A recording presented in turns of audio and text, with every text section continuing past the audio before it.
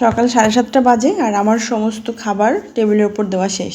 সমস্ত খাবার বলতে সকালের আর দুপুরের। আজকে একটু পোলাওয়ের চাল রান্না করেছিলাম।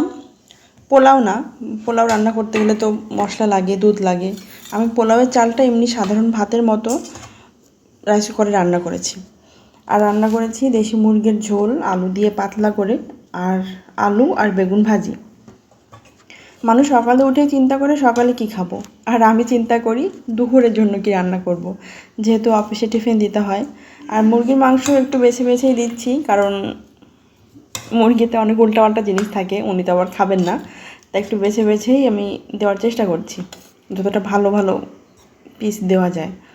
মুরগির মাংসটা আমি কালকে রাত্রেই ফ্রিজ থেকে বের করে রেখেছিলাম, পানি দিয়ে ভিজিয়ে রাখিনি, এমনি রেখেছিলাম। সকালে উঠে দেখি বরফটা সুন্দর করে ছেড়ে গেছে, আর আমি হাতে মেখে মশলাগুলো সব হাতে মেখে বসিয়ে দিয়েছি। কারণ সকালের সময় এমনিতেই অনেক কম থাকে, আর সকালে যদি মাংস বের করি মশলা কষাই, ওটাতেই 8টা বেজে যাবে। এমনিতেই শীতের সময় তো, এই জন্য রাত্রে বের করে রাখলেও সমস্যা হয় না। মাংসটা দেওয়া হয়ে গেছে, এবার দেবো আলু আর বেগুন ভাজি। পোলাওটা ভালো করে রান্না করলে হতো, কিন্তু আমার তো খেয়াল আসেনি, হঠাৎ করে কি মনে হলো একটু পোলাওয়ের চাল রান্না করি। যাই হোক, পোলাওয়ের চাল তো খেতে ভালোই লাগবে মনে হয়। এভাবে আমি কখনো ফাঁকিবাজি করে রান্না করিনি, আজকেই প্রথম। ভাতগুলো কি সুন্দর ঝরঝরা হয়েছে।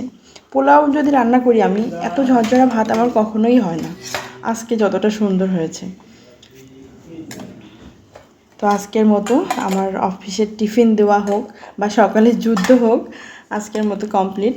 আল্লাহ যদি বাঁচিয়ে রাখে, কালকে থেকে আবার শুরু।